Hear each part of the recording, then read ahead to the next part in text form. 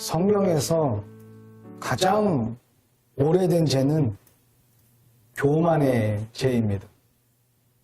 여러 죄가 있지만 가장 오래된 죄는 교만이라는 죄예요. 창세기 3장 5절에 뱀이 하와를 유혹할 때에도 무엇으로 유혹하고 하와와 아담이 죄에 넘어갔냐면 바로 교만이라는 죄로 넘어갔어요. 어떤 거였냐? 네가 선악과를 먹게 되면 하나님과 같게 될 것이다. 선악을 네가 알게 될 것이다. 이렇게 유혹하여 하와가 넘어갔던 것처럼 이 교만이라는 죄는 성경 처음부터 나오는 가장 오래된 죄입니다. 인간은 하나님의 위치에 서기 위해서 많이 노력해왔다라는 거예요. 지금도 마찬가지지만 하나님의 위치에 우리가 올라가려고 엄청 많이 노력했다라는 거죠. 그래서 성경은 교만을 이렇게 이야기하고 있습니다.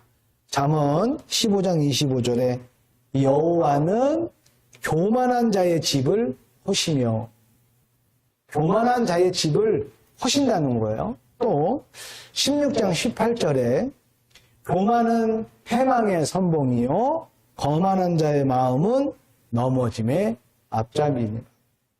그러니까 교만하면 폐가 망신한다. 망하는 첫 번째 길이다. 그 얘기예요.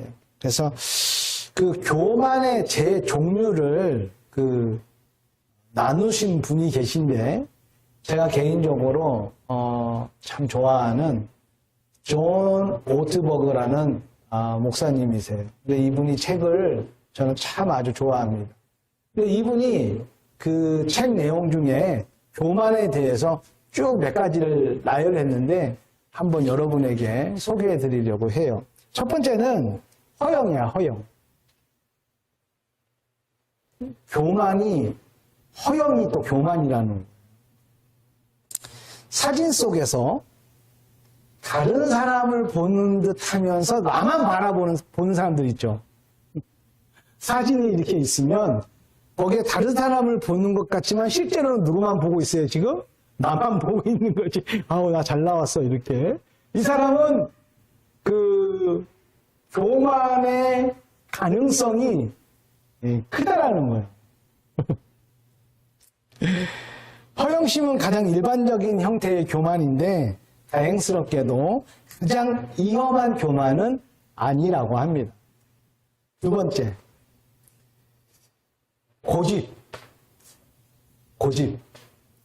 세다 그러잖아요. 참 저 사람 고집이 세다 그러잖아요.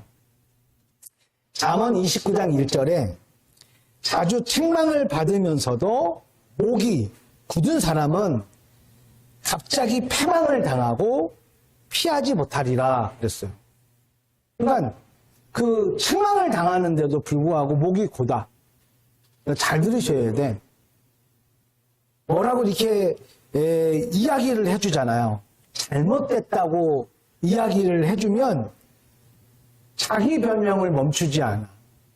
끊임없이 자기를 얼버무리거나 부인하거나. 그러니까 그 실수나 잘못된 부분을 이렇게 지적할 때 그 부분을 잘 이렇게 청취하고, 네.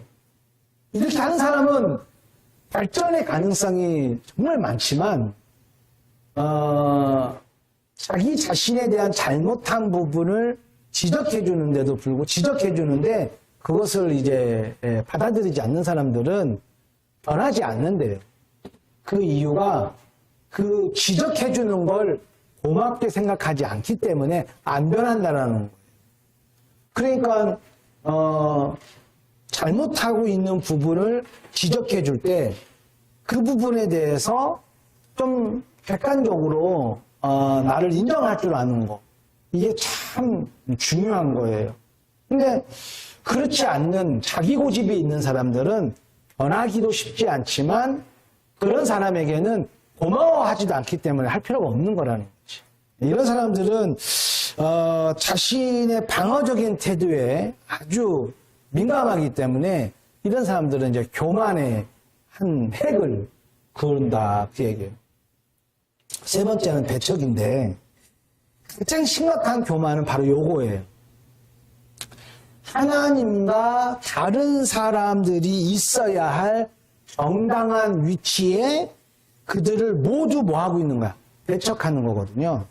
마가복음 12장 30절에 너의 마음을 다하고 목숨을 다하고 뜻을 다하고 힘을 다하여 주 여호와 하나님을 사랑하고 내 이웃을 내 몸과 같이 사랑하라 라는 말씀이 있잖아요. 근데 가장 교만한 사람은 이게 배척한다는 거예요. 그러니까 이게 나한테 배척하는 게 있다. 그러면 그거는 성경에서 말하는 가장 교만한 것 중에 하나는 왜냐하면 교만은 사랑을 배척하기 때문이라는 거예요. 각자 자기 자신을 한번 보세요. 배척하는 그런 것이 있는지 사랑할 수 있는 능력을 파괴한다. 왜 왔다 갔다 하고 그러셔?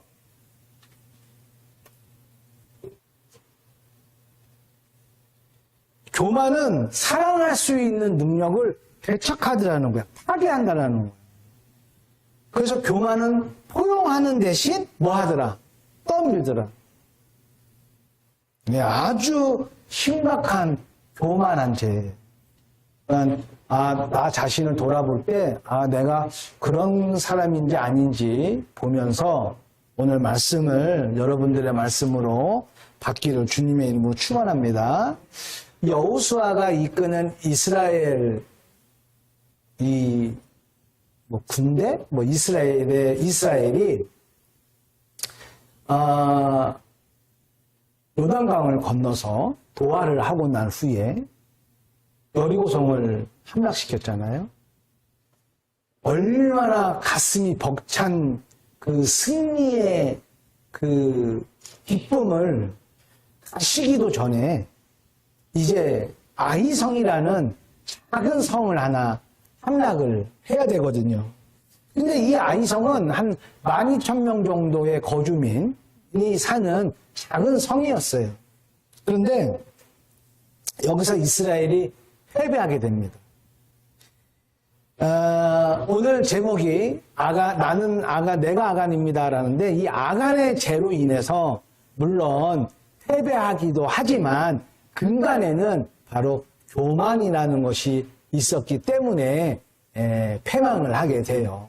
그래서 그 교만함이 패배의 한 몫을 하는데 여리고성을 치기 전에 여호수아가 정탐꾼을 보내잖아요. 그런데 아이성을 치기 전에도 여호수아가 정탐꾼을 보냅니다. 근데 정탐꾼이 12,000명밖에 살지 않는 거주하고 있지 않는 그 작은 성을 정탐하고 나서 돌아와서 여호수아에게 보고를 하는데 어떻게 보고를 하느냐? 이렇게 보고를 하는 거예요.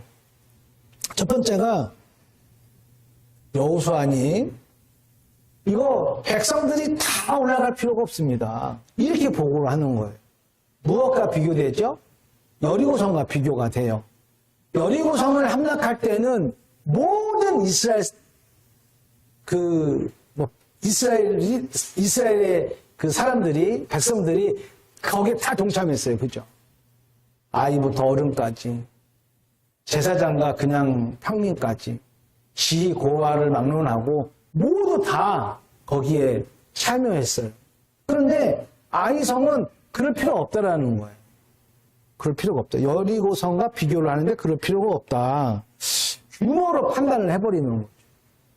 여리고성은 아주 크고 함락시키기에는 힘든 그런 그 성이었다면 아이성은 12,000명 정도밖에 되지 않으니까 굳이 우리가 뭐 다 올라갈 필요가 없겠다. 이렇게 생각을 한 거죠. 두 번째는 아예 수단을 정해버립니다. 한 2,000~3,000명만 올라가면 되겠습니다.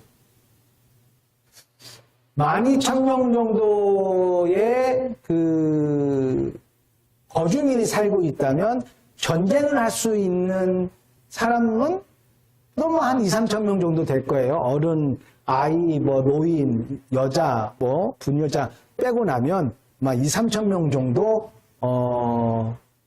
전쟁할 수 있는 사람들이라고 봤을 때 아예 그냥 2, 3천 명 정도만 데리고 올라가면 되겠습니다. 라고 얘기해요. 여리고성을 함락시킬 때 이스라엘 백성들이 전쟁을 했나요? 칼을 들고 방패를 들고 막 해서 막 용사들로 하여금 전쟁을 해가지고 이겼나요? 아니요. 전쟁하지 않았어요. 그런데 이들은 자기네들이 저쪽도 한 2, 3천 명 정도 되는 군인들이 병사들이 있을 테니까 우리도 한 2, 3천 명 정도 올라가서 하면 되지 않을까. 이렇게 숫자까지 정하는 교만함에 빠지게 돼요. 이게 참 얕잡아보는 마음이죠. 얕잡아보는 마음. 과거에 연승했었는데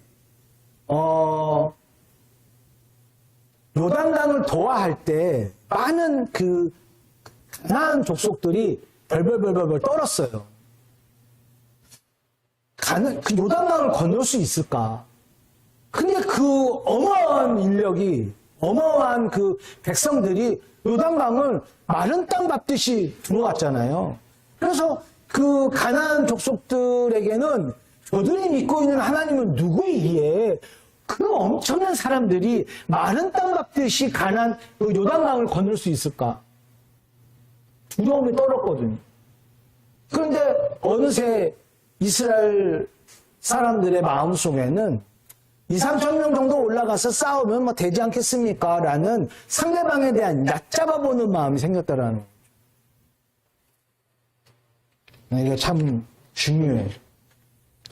세 번째는 뭐라고 얘기하고 있냐면 3절에 그들은 소수이니 이렇게 얘기해요. 그들은 소수이니.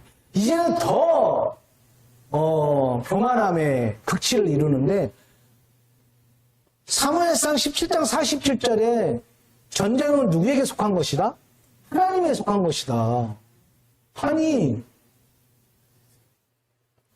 여리고성에 함락시킬 때 그들이 소수였기 때문에 이겼나요? 그렇지 않거든요. 근데 이스라엘 백성들 마음속에 저쪽이 소수이니까 우리 한 2, 3천 명 정도 올라가도 어떻게 이길 수 있다라는 그러한 자만심에 빠지게 되더라는 거예요. 우리가 상대방을 얕잡아보는 마음들, 뭐 이런 것들이 사실 교만함인데 성경에서는 아주 지금 상대방에 대해서 아주 얕잡아보는 것을 볼 수 있어요. 마지막 네 번째. 뭐라고 얘기하고 있냐면 수고롭게 하지 마소서. 수고롭게 하지 마소서. 그 얘기는 반대로 여리고성을 함락했을 때는 어떠했다? 수고스러웠다라는 얘기예요. 그 어마어마한 여리고성을 함락할 때는 우리가 모두 다 수고했다라는 거예요. 야, 이렇게 변질돼 버립니다, 여러분. 우리들의 마음이 여리고성을 넘어가야 되는, 함락해야 되는 그 마음에는 불안과 두려움과 어떻게 할 줄 모르는 그런 마음에서 우리가 수고했기 때문에 마치 전쟁에서 승리한 것처럼. 그래서 이제는 그렇게 수고하지 않아도 됩니다라는 그렇게 이야기를 해요. 근데 이게 어떻게 보면 하나님의 은혜를 잊어버린 거죠. 제가 하루에 한 바퀴씩 돌았거든요. 하루에 한 바퀴씩 돌다가 마지막 날 7바퀴 돌고 와 소리 한번 질러가지고 이겼던 그 여리고성 전쟁을 이들은 아주 수고했다라고 생각을 하는 거죠. 저는 여러분에게 하나님의 은혜를 잊지 않기를 우리가 정말 조심해야 된다라고 정말 강조하고 싶어요. 우리는 매번 잊어먹습니다. 그저 사모님. 그렇게 내가 힘들고 어려울 때, 내가 정말 어찌할 바를 알지 몰랐을 때, 하나님이 나를 강권적으로 역사해 주셔서 나를 지켜주셨는데 우리 너무 많이 잊어버려요. 불안해하고 두려워하면서 살았던 그 시간들을 그래서 그 하나님의 은혜로 내가 버티고 그 하나님이 나와 함께 하신다는 것을 내가 믿었고 하나님 나와 함께 하시는 것을 내가 경험했기 때문에 그 순간을 내가 극복할 수 있었는데 그거 다 잊어버려요. 그리고 어느새 뭐만 남아요? 아, 내가 그렇게 했으니까. 내가 그렇게 했기 때문에 이렇게 나 자신을 미화시키고 하나님의 능력은 간대요.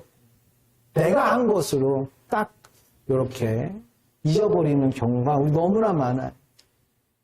우리 교회만 해도 그러죠. 그치, 찬송아? 하나님의 도우심이 없었다는. 성령아, 그지? 우리 성령이 벌써 눈 멀 뻔했잖아, 그지? 생각해보세요. 저 어린 것이 장님이 돼버렸다고 생각해보세요. 아, 어쩌면 경사날 수도 있었는데, 하나님은 눈도 뜨게 해주시고, 아프면 아프다고 할 때마다 하나님이 낫게 해주시고, 그런데 그거 다 잊어버려요.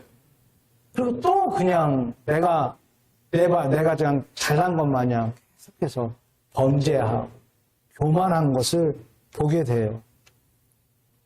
그 결과, 어떤 결과를 낳았냐면, 첫 번째, 본문 말씀 속에 이렇게 말해요. 36명쯤 올라가다가 아이 사람 앞에서 도망하니 5절에 36명쯤 쳐 죽이고, 여러분, 쳐 죽이고란 얘기는 아주 심각한 타격을 입었다라는 상징적인 거예요. 36명 쳐 죽이고, 쳐서 죽이고. 그런데 여러분, 성경 이스라엘 백성들이 처음부터 그 가나안 땅으로 출발하고 나서 한 번도 지지 않았음에도 불구하고 이 사건이 처음 생긴 사건이야.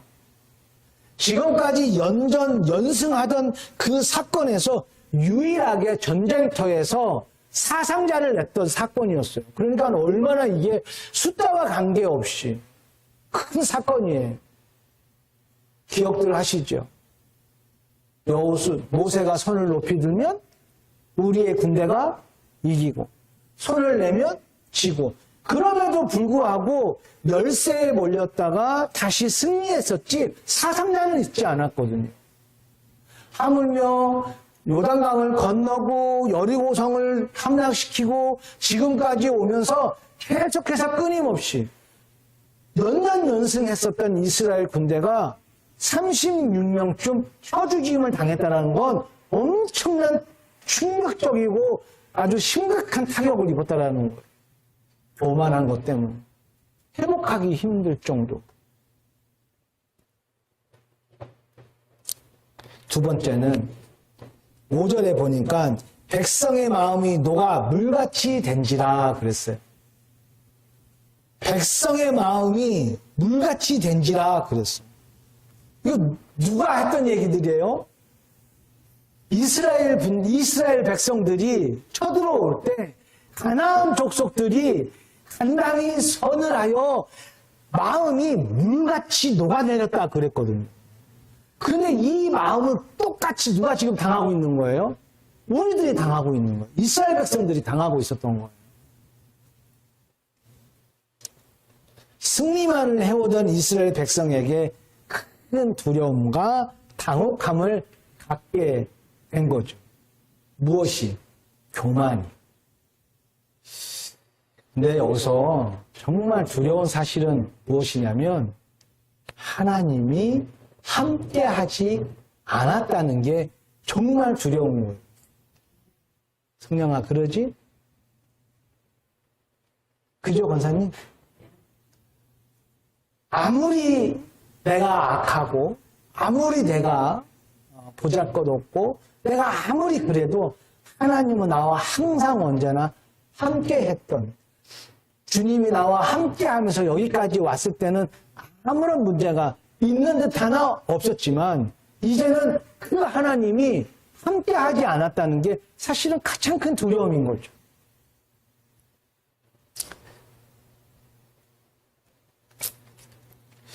교만은 성경적으로 정리하면 하나님이 없이 살 수 있다, 그 얘기예요. 그러니까 하나님이 없어도 내가 가능하다, 내가 사는 게. 그래서 여러분의 입술에 그 아버지, 주님, 이런 말들이 끊어지지 않기를 주님의 이름으로 축원합니다. 이건 되게 중요해. 습관처럼. 근데 이게 습관도 안 되는 사람들이 있어. 그냥 이건 아버지 은혜예요. 어쩌면 그게 밥도 잘 먹어.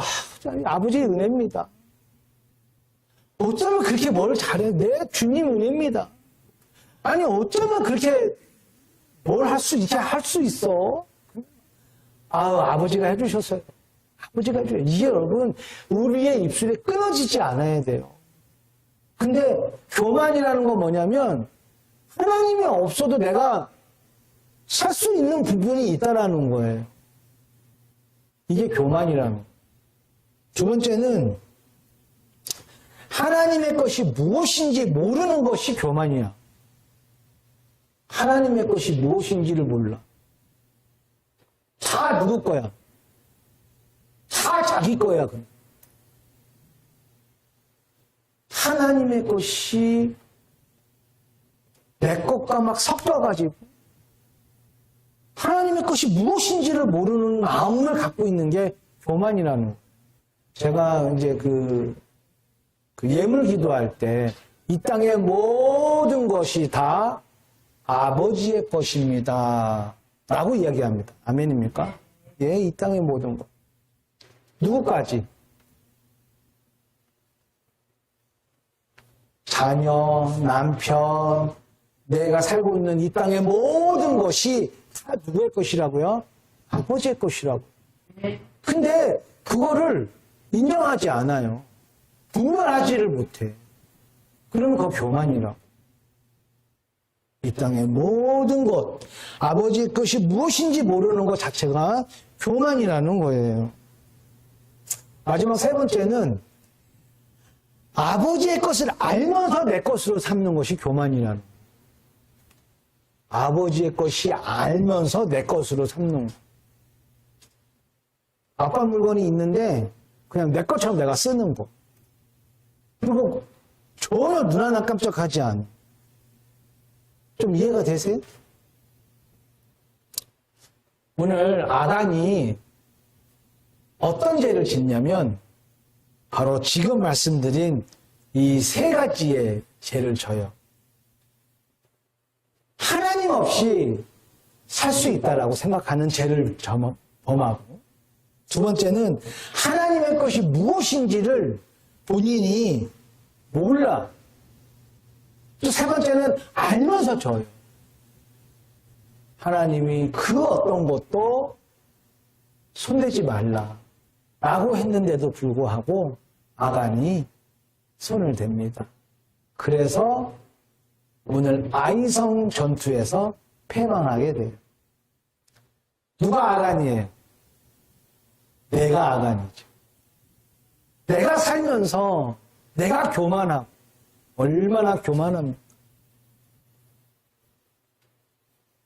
제가 한번 찾아봤는데 교만이라는 거를 좀 정의 내려보고 싶어서, 다른 사람들은 어떻게 정의 내리는가. 근데 뭐 이러쿵저러쿵 말이 많더라고. 근데 제가 오늘 세 가지 요 성경에서 생각했던 요 세 가지가 교만을 정리할 수 있다라고 봐요. 첫 번째는 뭐라고요? 하나님이 없이도 살 수 있다. 두 번째는 하나님의 것이 무엇인지를 모른다. 세 번째는 하나님의 것을 알면서도 내 것으로 삼는다. 이런 마음 갖는 거. 이게 교만이라는 거예요. 우리 사랑하는 성도 여러분들, 하나님이 없이 살 수 없습니다. 네. 아멘이에요? 네. 그냥 아멘이야. 이러한 고백이 여러분의 삶에 끊어지지 않기를 주님의 이름으로 축복합니다.